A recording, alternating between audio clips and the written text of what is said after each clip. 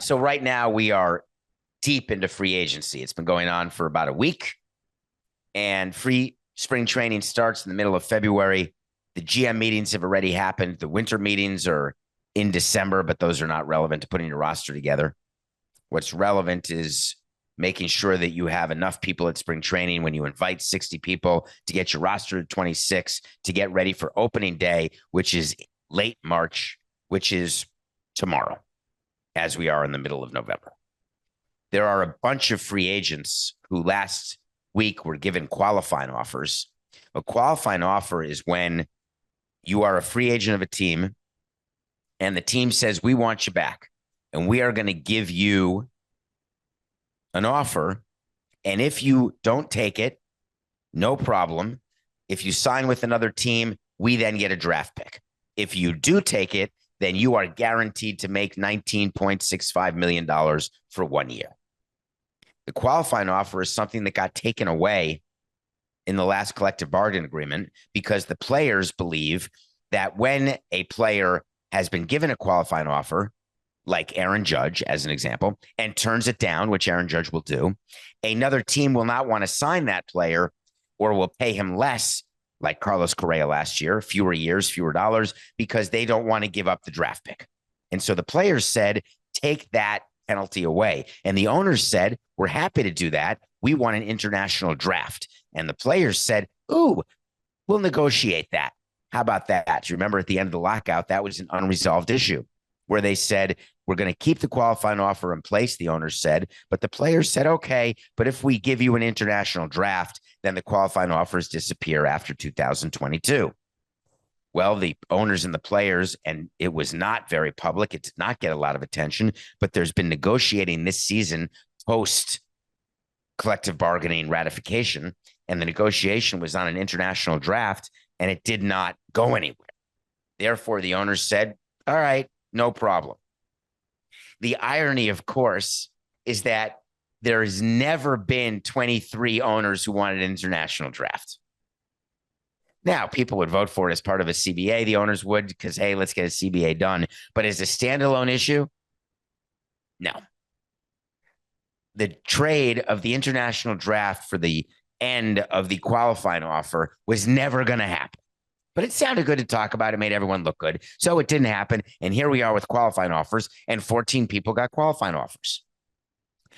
You only have until today at 4 p.m. to either say yes or say no if you're one of the players.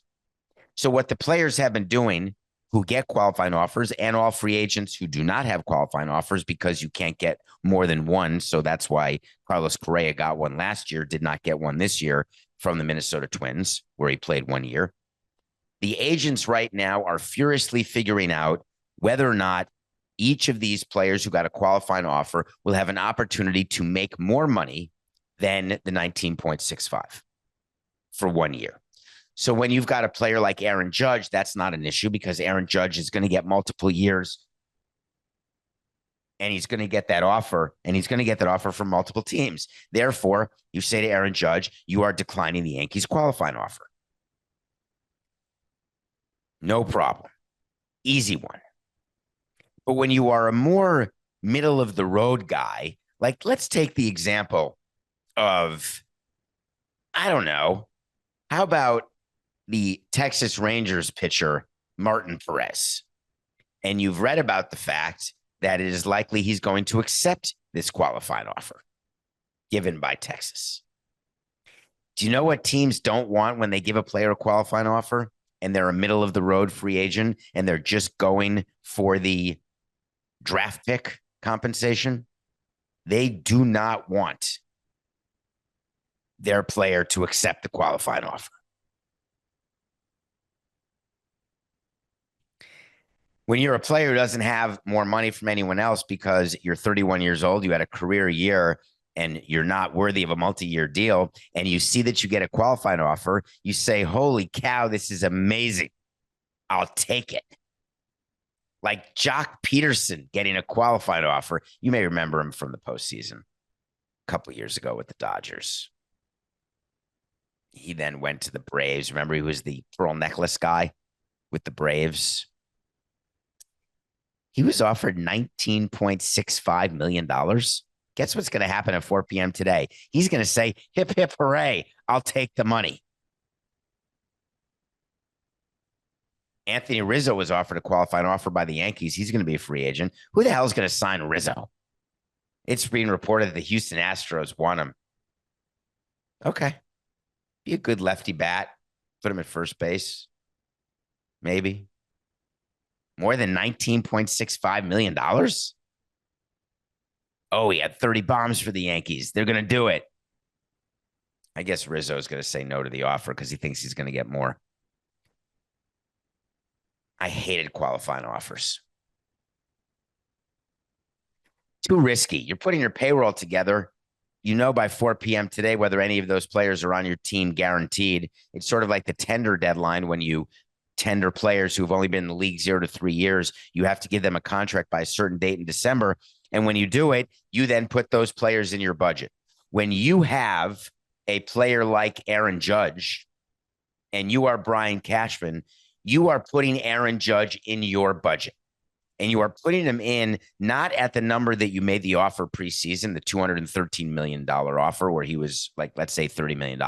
You're putting him in your budget at about $42 million.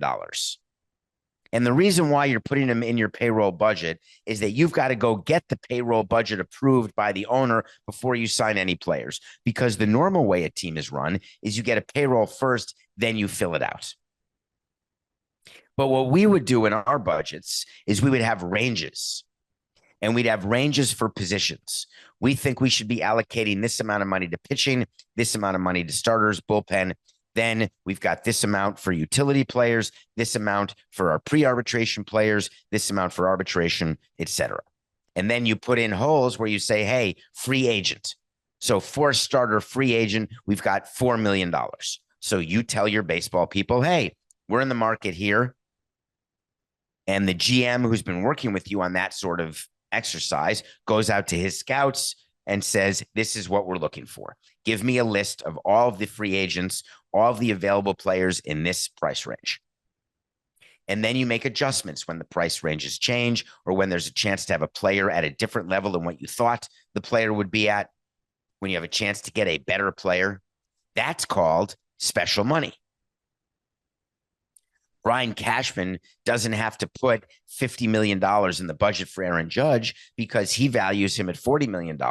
He goes to Hal Steinbrenner and says, this is the team that we can put together for the payroll you gave us of $270 million. But then Aaron Judge calls up Hal Steinbrenner and says, hey, I'm going to want 55. And Steinbrenner says, we can't lose him. We're going to give him 55 a year for 6 years.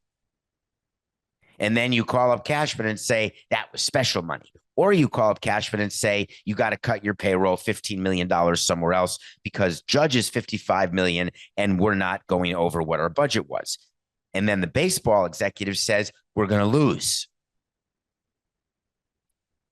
One of the great mistakes people make by signing their own free agents is expecting that somehow they're going to give you the increased production for the increased money. It never works that way. But we feel so much pressure to sign our own guys to make you all feel better. You run it back in any sport, that's running it down. The Yankees can't run it back because running it back means no ring.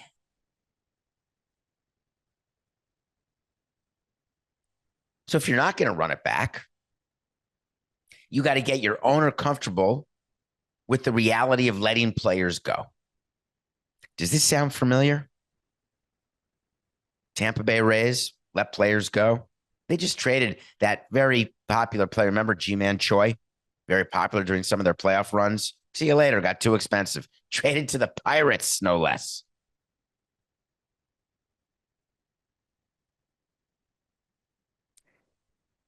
When you have a free agent like Aaron Judge, it doesn't matter when he signs if he's a Yankee. If you are trying to sign a player like Aaron Judge, you don't want to sign him after the selling season of your tickets and of your sponsorships. You want to sign him as quickly as you can, like the winter meetings in early December, so you can parade him with his new uniform have him send an email to season ticket holders, get him out in the community, and sell, Mortimer, sell. But when you're retaining your own player, what's the incremental benefit? All the sponsors and season ticket holders say, of course you kept him. You were supposed to keep him. But when you snatch one away, you get the bump. So you think. It's quite a conundrum those Yankees have. Right now, the Yankees are operating as though Aaron Judge is on their team. And the question is, are there other teams operating as though Aaron Judge is on their team? And that's what a player wants. When multiple teams are saying, hey, we are fully expecting you to be on our team, that's when you get paid more money. One of the great pieces of paper that everyone's trying to hack, forget hacking into the remaining $2.50 on the FTX website. We're trying to get the list of other teams' payroll and names. That would be very advantageous, albeit potentially collusive behavior. Yankees will wait as long as it takes. One day you're just going to wake up and Aaron Judge will either be re-signed or be gone. How's that for value added? Don't expect it anytime soon. So we'll see what happens with these qualifying offers today. But the more people that take qualifying offers, the more mistakes that are made. Any player who accepts a qualifying offer means they could not get another dollar from somewhere else. And the team who made the qualifying offer played a poker hand and lost.